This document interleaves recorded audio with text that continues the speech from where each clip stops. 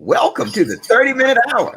It's the personal development podcast for authors, entrepreneurs, and career professionals who are looking to level up and become unstoppable. I'm your host, Eric Twiggs, your procrastination prevention partner. Joining me as always, you know him as the super CEO, the business strategist extraordinaire, and all-around good guy, Ted Fells. Man, another week. It's Thursday, Eric. Our podcasts are Monday, Eric. like you keep squeezing these Thursdays in here, man. It's Monday every Monday. But Ted, man, I haven't steered you wrong yet on these Thursday episodes. Sometimes you gotta be flexible, Ted. You gotta think outside the box.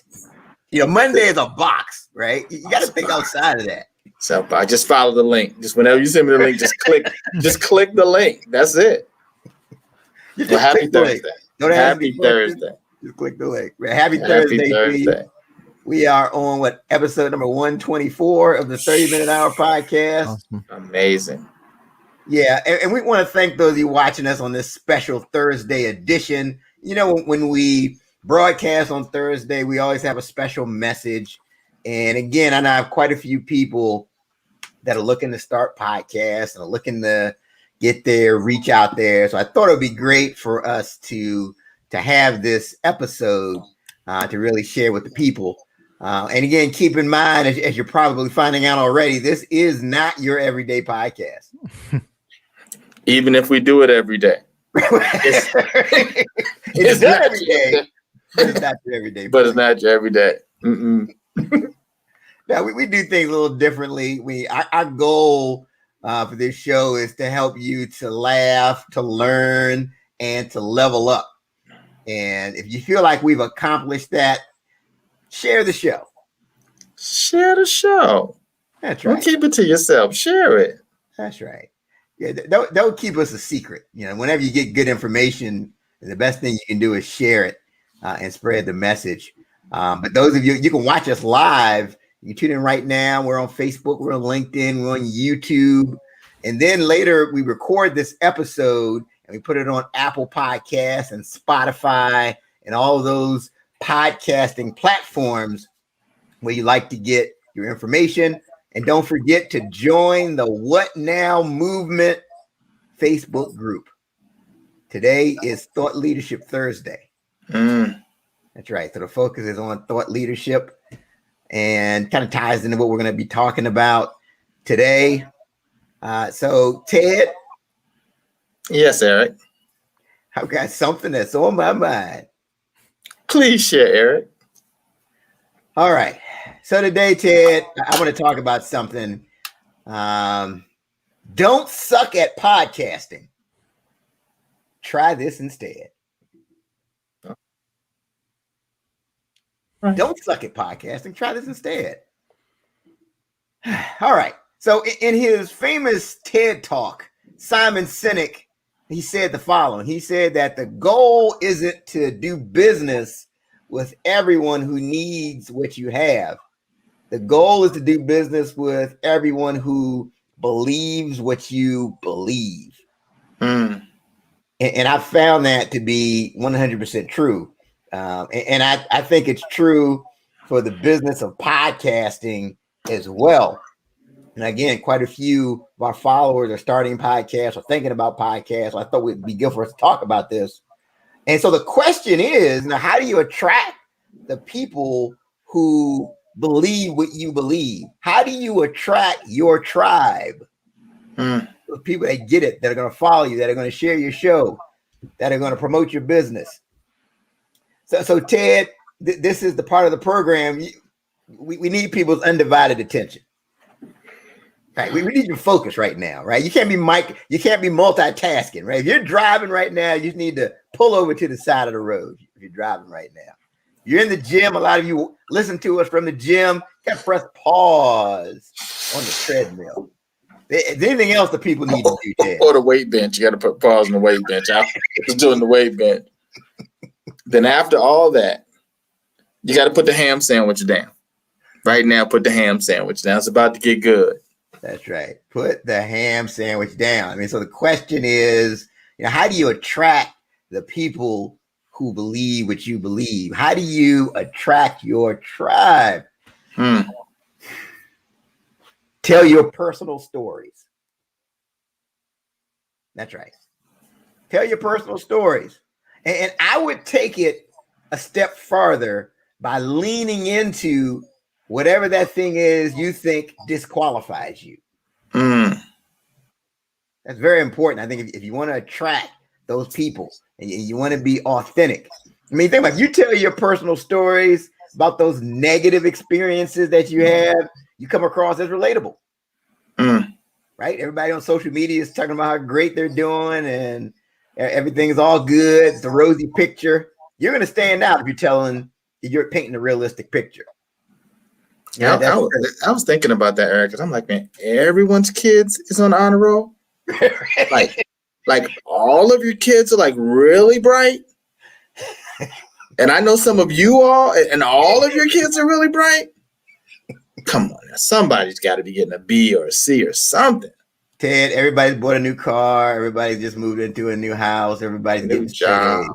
It's perfect. The perfect situation. Wow. Everybody that everybody that drops out of college to start a business is Bill Gates. That's it. The rosy picture. That's right. Yeah. So I mean, but the key is really, it's about being relatable. And I talked about, does your podcast suck or don't suck at podcasting? I think if you're just like, that's a sure way to suck. Just to be like everybody else and not be telling your own authentic story. Yeah, but this will help to attract those people. And then, like I said, you won't suck if you're telling a relatable story and you're being authentic. And this really gets us to our guest today. He's been described as a professional storyteller. And he tells personal stories about his negative experiences.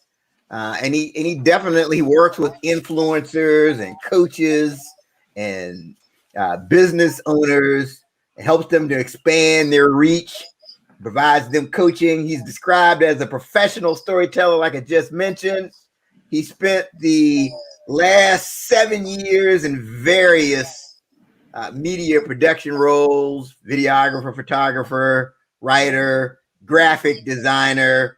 His work has taken him to over 20 states and to 13 different countries, and has included a documentary film and an 8-episode miniseries, along with several commercials. And he has a deep passion about raising awareness of mental and physical and sexual abuse that's going on within the independent Baptist churches, and is currently producing a documentary on the subject. His accompanying podcast, Preacher Boys, launched in January of 2020, and it hit nearly 130,000 downloads by August. So please join me in welcoming to the 30-Minute Hour podcast, Eric Skwarczynski. Awesome. Good to be here, guys. Roaring applause. Eric. All right. Welcome to the show, Eric. It is truly an honor to have you as our guest. And definitely want to paint the picture for everybody. Let's roll the clock back. Let's start with your childhood. Where did you want to be when you grew up? From the time I was a little kid, probably 6 years old, I was running around with a camera, making movies with my friends. So always wanted to do storytelling. That evolved over the years from filmmaker to documentaries but from the very beginning, it was just telling stories. That was my goal from pretty much day one. As soon as I knew that was possible to do, that was what I wanted to do. That's interesting. So what was it about the story that had you so interested? My friend growing up had his dad would always collect the newest cameras that came out. And so we would get the hand-me-down of whatever those cameras were. So when he upgraded from VHS to the mini DV cameras, we got a VHS camera. So when I was like 6 years old, we were running around and I was like, we can make movies. Like we can literally set up a camera and make a movie. And play with cuts and editing and all these different things to make this work. And I think I just enjoyed the fact that I could do what I was watching on the big screen. Like I always loved movies, I always loved watching Star Wars and Indiana Jones and all these different, movies. And the fact that we could replicate that, not well at the time, but the fact that we could replicate that was really exciting to me. Wow. Okay. All right. And so if you could go back in time to those early days with the knowledge that you have now, like what advice would you give to yourself? I mean, that's a really good question. I mean, honestly, I was really lucky. I had a lot of people around me that encouraged me to keep pursuing, the path that I was on. I don't have a traditional story of, my parents pushed me to be a doctor and I wanted to do this. Like I had kind of those people pushing me along the way early on. I think if I was going to go back and tell a younger version of myself, at 6, I mean, I was doing what I could do. I think if I could go back to my high school self, I think I would have, told myself as a 13 or 14-year-old, don't wait till you're 18 to start your business. Like I could have started, I often think about if I had started a podcast in, 9th grade, what kind of impact would I have now? Or if I had started a YouTube channel back in, 7th or 8th grade, where would it be now? So I think the biggest piece of advice would be just get started. Don't wait for adulthood, the magical, label of adulthood to get started. Just start now. If you're passionate about it, take a swing at it and start developing it. Start from where you are. So what is it that you find that keeps people from just getting started? We all have these great ideas, but we don't always start. What do you think holds people back? I think it's a lot of it is imposter syndrome, that idea that I'm not, who am I to be doing this? And for me, that was, you don't have that when you're 6 years old. Like when I was 6, I thought I was making movies. Like I thought this is great. I'm like a few steps away.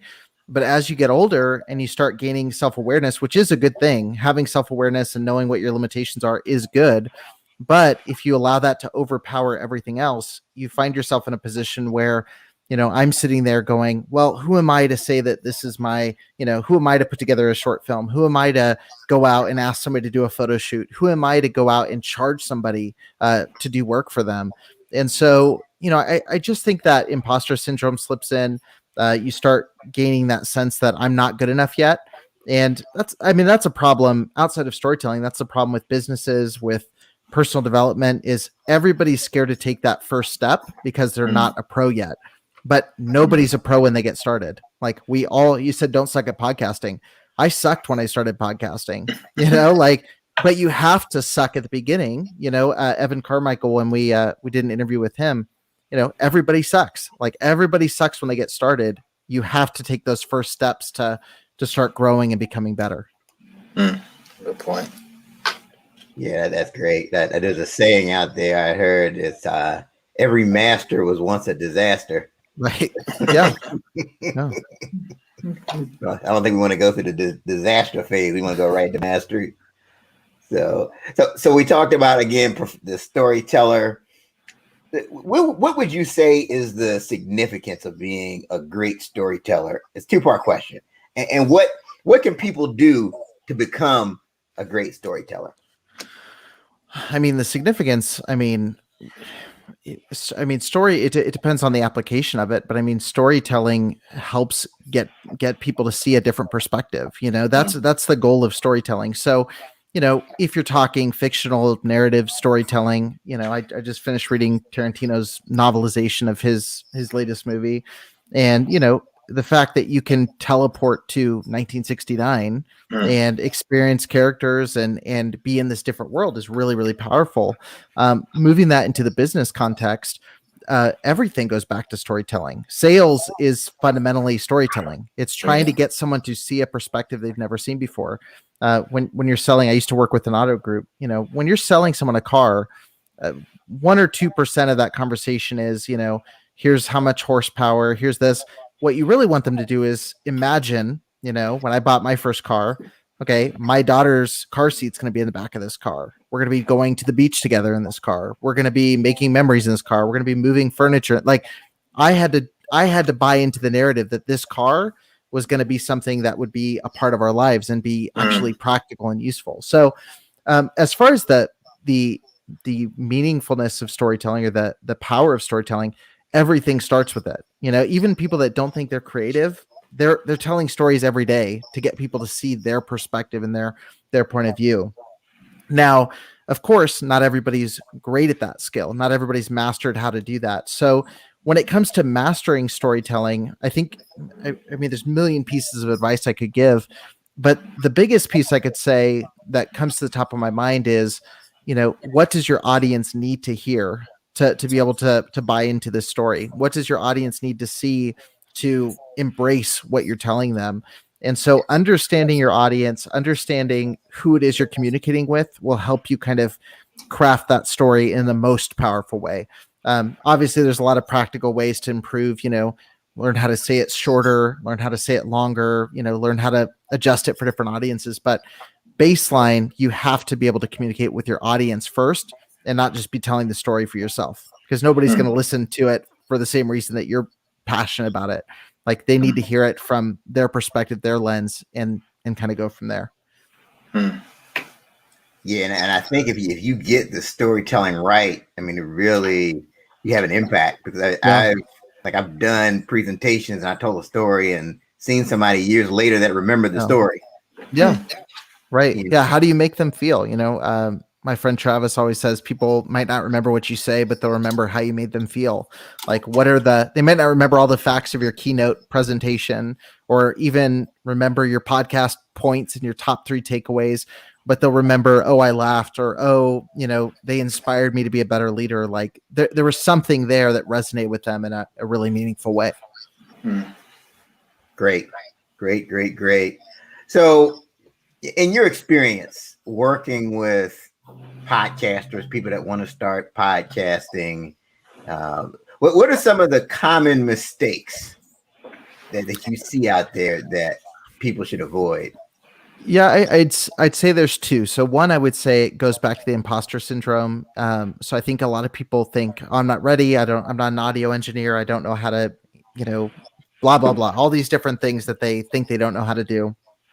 And they either let that stop them in their tracks, or they put a checklist that's way too big in front of them to prevent them from starting. So I need to buy a microphone. I need to spend $20,000 on a studio setup. I need to do all these different steps. And the reality is, to get started, you need a computer, you need a USB microphone, and that's pretty much it. That's what you need to actually start recording. So I would say many people make the mistake of waiting too long, trying to check too many boxes. Like, just get started. The other piece of this would be going back to the audience thing. I think a lot of people go into podcasting saying, I'm going to be like Joe Rogan style. I'm just going to sit down. We're just going to talk for 3 hours and it'll be good. You're not Joe Rogan. That's not who you are. There's a lot of reasons that Joe Rogan's show works. And, a lot of that is just complete. It's not going to be your path. You're not a UFC commentator. You didn't have a history on Fear Factor. You're not an interesting character with a bunch of comedian friends. Like, there's a lot of reasons that it works that most of us don't have access to. So you cannot expect to just go out and just have random conversations and get traction. So what people need to do is they need to pick a niche or a topic that they can specifically speak into and draw people in with that topic, and then be good enough when they do come in for that topic that they stay for you. When I started my show about church abuse, I was a nobody. Like, I'm still a nobody relatively. Like, there's in that niche, I've become something of a name, but that's that niche. When I started my show, it was Eric Skahoo and what is this? And what's he talking about? People came for a topic that they were passionate about. And over time, they started asking me, what do you think about it? What's your perspective on it? We want to know what Eric Skwarczynski thinks, not just, what this person or this person thinks. So picking a niche that you can grow in, a niche that's not super hyper saturated, and tackle it and make it your own. Don't rely on just being charismatic, because there's a lot of people more charismatic than you. There's celebrities starting podcasts that have been professionally charismatic, have 10 million followers. Like, you can't rely on beating those people. What you can do is crush a certain niche or a certain area that nobody else has. That's a good point. So you mentioned something earlier about how, you know, we try to be like other podcasters, but there's a challenge there, right? Because when you're starting out, maybe you're listening to, I don't know, Ed Milet or Tim Ferriss. So you don't really, that's your model. So how do you strike that balance for wanting to emulate good examples, but at the same time being yourself? Yeah, I think the issue becomes, because I definitely have people I look up to and I've taken lessons from. I think when you try to photocopy somebody else's journey verbatim, you have a lot of issues there. I think, you know, I mentioned Tarantino earlier. Tarantino references a lot of different movies. You know, he lifts scenes. He has a quote. He said, "Great artists steal. They don't do homages." So he'll take things verbatim and place it into his movies, make it a million times better, and then plug it into his story. I think likewise, you know, when you're looking at, you know, say, for example, Jordan Harbinger, who's somebody that I love Jordan Harbinger's interviewing style. So I've taken a lot of lessons from how he interviews, but I haven't tried to mimic, you know, his personality, because that's not mine. I haven't tried to mimic his format 100%, because my format is a little bit of a mix between his interview style, but with the Joe Rogan length and depth, you know, of the episode. So there is a balance there. I just think you have to make sure that you're not masquerading as somebody else. Like, you can't be, your real self is going to come out when you're doing 45-minute episodes every week. It's going to come out. So if you're trying to be Ed Milet and you're not Ed Milet's personality to a T, that's going to slip really quick, and it's going to make you look phony. It's gonna, there's going to be something there that your audience picks up on and goes, "Oh, there's something not quite right. This doesn't feel like it's truly them." Absolutely. It goes back to being authentic, again, sharing your own authentic stories. So like the super successful people that we have, like yourself, that we have on the podcast, usually talk about mentorship, right? They talk about how their mentors have helped them to level up and lessen their learning curve. And talk about some of your mentors and how they've helped you. Yeah, there's two that I always, you know, mention. The biggest one, his name was Dan Ermler. He ran a small media company out of Fresno, and that's where I interned. I didn't go to college. I went and interned doing a media internship. I worked traveling all over the world, all over the country, you know, shooting promotional videos. And the biggest lesson that he taught me was, when I came to work with him, I knew nothing. Like I knew how to hold a camera. I knew I was creative with my shots, but my technical knowledge was very poor. I didn't know how to consistently get the looks that I was trying to get. I would set up a shot right, but it would be overexposed, or my frame rate would be off, all these things. And so he really taught me the importance of not just, you know, creativity is good, but you also have to know how to get the look you're trying to achieve. You can't rely on the luck of getting it. So really taught me the importance of like actually studying and learning my craft in a really meaningful way. The other piece, he also taught me how to be really fast and proficient, which when you're not relying completely on luck, it's a lot easier to do that. The other person is someone I work with currently. It's Travis Chappell, who hosts the Build Your Network podcast, and I co-host with him. You know, he has really, I mean, he's really taught me a ton, especially in the podcasting realm. You know, I learned by watching his mistakes for a year and a half, and skipped all of those mistakes when I started my show. All of those things, niching down, you know, learned how to, you know, send out requests to get people to come on my show, learned how to really leverage my audience, things like that. So, yeah, I would say mentorship's definitely important, and I wouldn't be where I am without getting under people who have done what I want to do and are a few steps ahead of me. Not reaching out to, you know, when I was first interested in making videos, I didn't need to go find Steven Spielberg and study under him. I needed to find somebody who had actually brought on clients that hired him to work. You know, when I wanted to start my podcast, I didn't need to sit down with Joe Rogan. I needed to sit down with somebody who was quickly approaching 1 million downloads on their show, who had done that first year and a half where they were close enough to me where I could attain where they're at. And I'm not shooting just randomly, like, let's go shoot for the moon. Like, I needed practical action steps to get me to where I wanted to go. Yeah, so Travis Chappelle has done a lot of big things. Yeah. You talk about him specifically and kind of how he's impacted you. Yeah, I mean, what's really crazy is so like we grew up kind of the same circle, but I was always a step or two behind him. So I'd moved to an area, he had been there a month before and had just left, or I went to go work at a job, he had been there 2 months before and had just left. So like I always knew of him, he knew of me, but I was always kind of trailing behind him. And I started working with him about 6 months into his podcast. He had just landed an interview with Grant Cardone. He was needing clips done for that, just taking his existing footage, chopping it up. So I did a cover photo for him. I did some clips for that.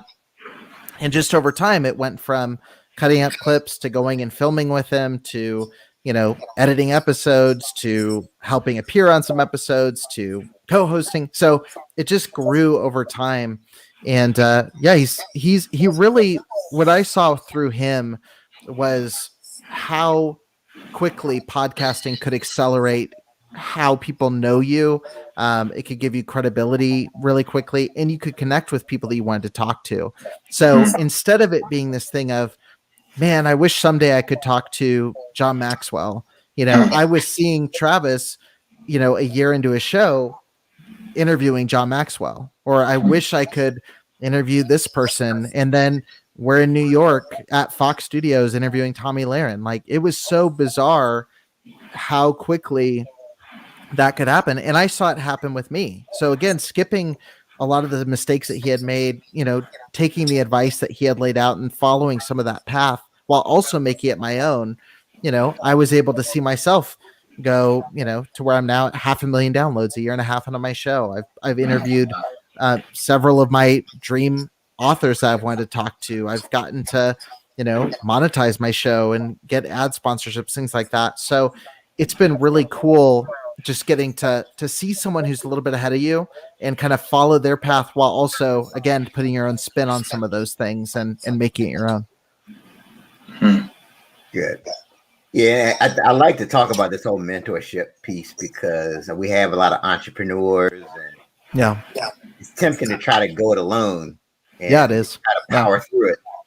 Yeah. But I think the mentorship piece can help you to not bump your head as much. Right. Well, if you see the person in front of you bump their head, to duck. Right. So you get to learn. You get to learn from their mistakes, and that's a lot better position to be in than what solopreneurs try to do, which is I can do it. I can go this way. It's like, no, check and see where everyone else, hit their head or fell through the floor or, got bit, and ditch that when you're going along the same path. You'll still hit your head, but it's not going to be as frequent, Absolutely. So you're the host of the Preacher Boys podcast. So talk about what inspired you to start this. Yeah, so I grew up in the independent fundamental Baptist movement. It's a group of about 3,000 to 5,000 churches. It's about 1% of the U.S. population, so it's a very small. Like, I think a lot of people when they hear what I do, they think Catholic Church or they think large multi-million-dollar institution. That wasn't really my environment I grew up in. It's a very small group, but a very connected and very, tight-knit group. And so I grew up within that. My parents were on staff at a church, and I grew up happy, grew up in that world. And when I was in about 10th grade, going to 11th grade, we had, anyone who's familiar with kind of the reporting on the Catholic Church, they moving people from church to church who had, sexually molested somebody. We had somebody move to our church who had done that. And I was the first person to find out about it. And I spent the next 2 years waving my arms saying, hey, I feel like this is a problem. It burst my bubble of, hey, we're the perfect religious community and nothing could happen here. And over those 2 years, nothing really changed. He was taken down from the platform temporarily, but he's still there. It's 10 years later. He's still serving there, working there. And so it really, like I said, burst my bubble and made me start researching my denomination. And I realized that this was a problem that was repeating itself all over the country.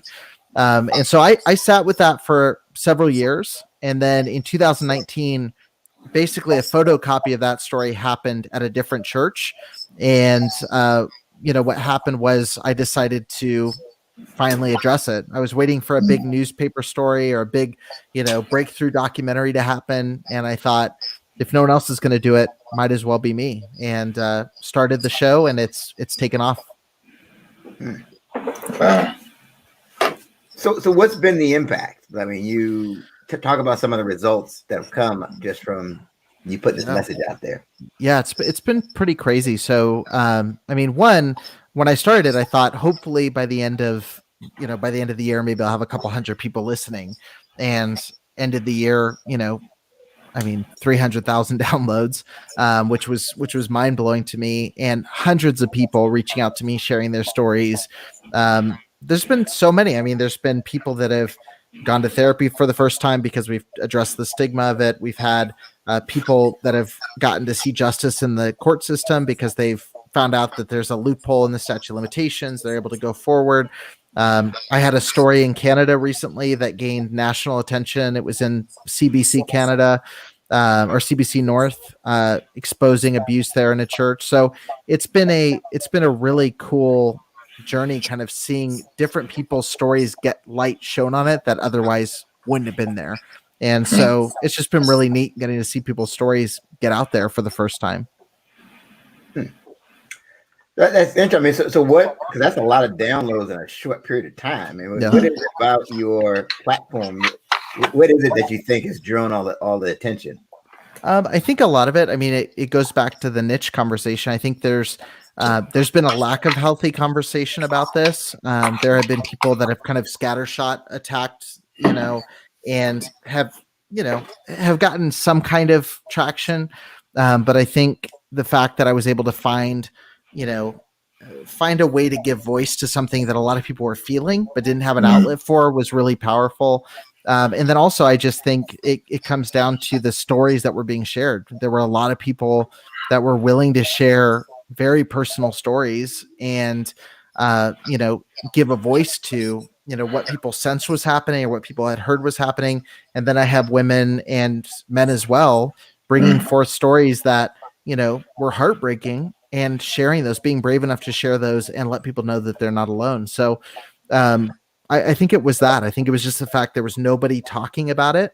Whenever there was church abuse resources, it was the Catholic Church because of the Boston Globe report. So being able to talk about Baptist churches and that kind of stuff really opened the door for a lot of people to come forward in a meaningful way. Wow. So if there's someone that's watching or listening to us now that's in that situation, they've been abused, maybe it's the church, maybe it's somewhere else. I mean, based on your experience, and they're keeping it to themselves at this point. I mean, what steps do you think they take to make sure they're moving past this and being healthy? Yeah, I mean, it's really different for everybody. So I would say definitely, make sure you're ready to share your story. I think sharing your story can be really healing, but it can also, if you're not ready for it, can be really traumatizing all over again. So I would say finding someone that you can be very open with, kind of sharing what you want to happen, what you're hoping to happen. And then, don't allow someone to tell you what to do with your story. I have people that reach out to me who, initially come to me saying, okay, I feel like I just need to tell my story on your show. And I ask a lot of questions, have you gone to the police? Have you gone to law enforcement? Or have you gone to a lawyer? Have you, and sometimes they'll go, oh, well, there's no way because it's been too long. And I'm able to say, well, go talk to this lawyer first, see if there's a way that you could still go forward. And they'll find out there's a way to pursue something through the legal system. So I try to advise and say, hey, here's some options you may not have considered. And then at the point that they're truly ready to share the story, my door's open. Like, let's do it. But I want to make sure that they are doing what's healthiest for them. I had somebody reach out that was like, gave a lot of signs they didn't want to share their story. I think they felt like they had to. And I said, it's fine. You don't need to do that yet. ultimately the goal is not just to put out a show. That is what I'm doing.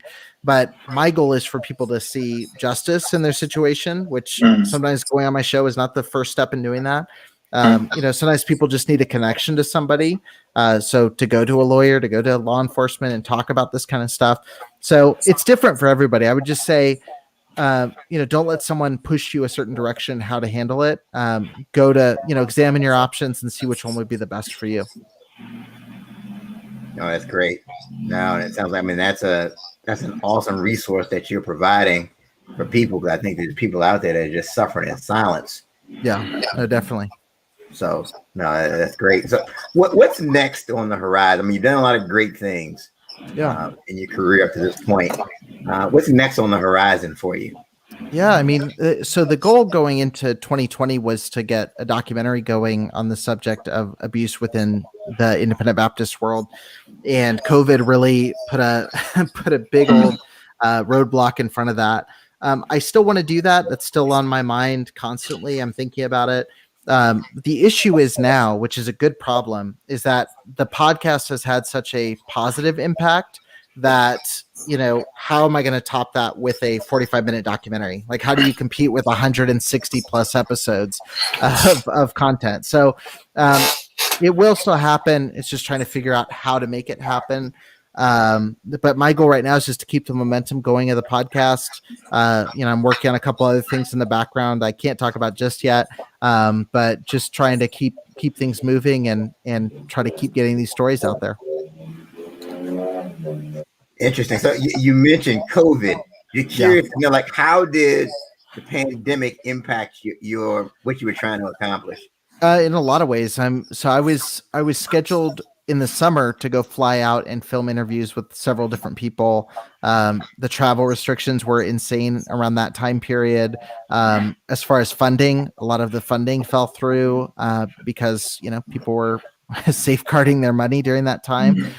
So it was a tricky spot and really shut everything down on all fronts. I wasn't able to get to in-person interviews with people. It was a tricky situation, a lot of unknowns.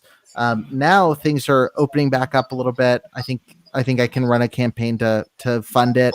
But again, like I said, I have to figure out what that story is that's going to be able to be worth it. Right now with a podcast with very little overhead, I'm seeing 40,000+ downloads a month. So what's the documentary story that's going to cost a lot more? How's it going to compete with the, how strong the podcast is? So it's just a lot of it now is back to the story kind of version of it, is like, what is the story and how do you tell all of what's happened in the last 2.5 years or a year and a half in a 45-minute to an hour and a half documentary? It's going to be a tricky feat for sure. All right. Well, we are at the part of the program. This is Ted's favorite part, by the way, Eric. We're at the part of the program where we go around the horn. Okay. And this is the part where each of us, we give a closing thought that can help people to ultimately become unstoppable. So Eric, you're the guest of honor. We'll start with you. What is that closing thought that you want to leave the people with? Oh man, that's a good question, and I feel like I have to make a really good one. I've kind of said it. I feel like everybody, especially I know you have a lot of entrepreneurs that listen to the show. Like, even if you don't identify as a creative, really learn to master the art of storytelling.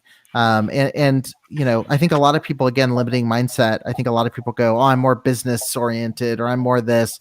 Like, storytelling is a gift that will keep on giving. Like, if you can learn how to do that, if you can learn how to share your message effectively and share who you are and what you do effectively, you're going to grow your business immensely. And whatever your goals are going to be a lot more attainable if you can master that skill. So I would say just become a better storyteller. And the best way to do that is find mentors who have done that well in their business and kind of follow suit.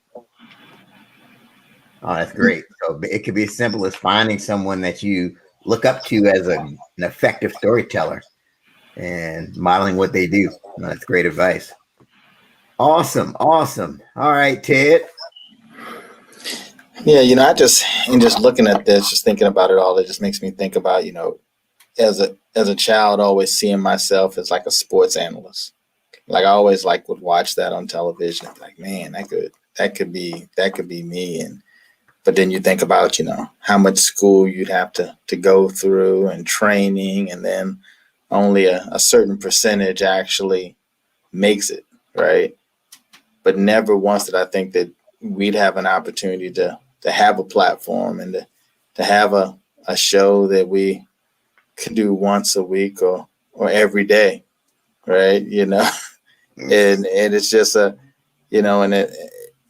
like you said, Eric, it's your story. Like it's whatever you want to talk about. You're the executive producer of it. Yeah. And I think that, it's just a remarkable feeling. And so for that person that's thinking, do I start a podcast and I don't know what I'm doing, and you just get started, just go out there and just keep doing it. And like Eric said, and I can't get it wrong because everybody's name is Eric. So one of the Eric said it right, but like Eric said, you can suck at first, and you're not gonna. The only way you'll be fired is if you fire yourself. Right.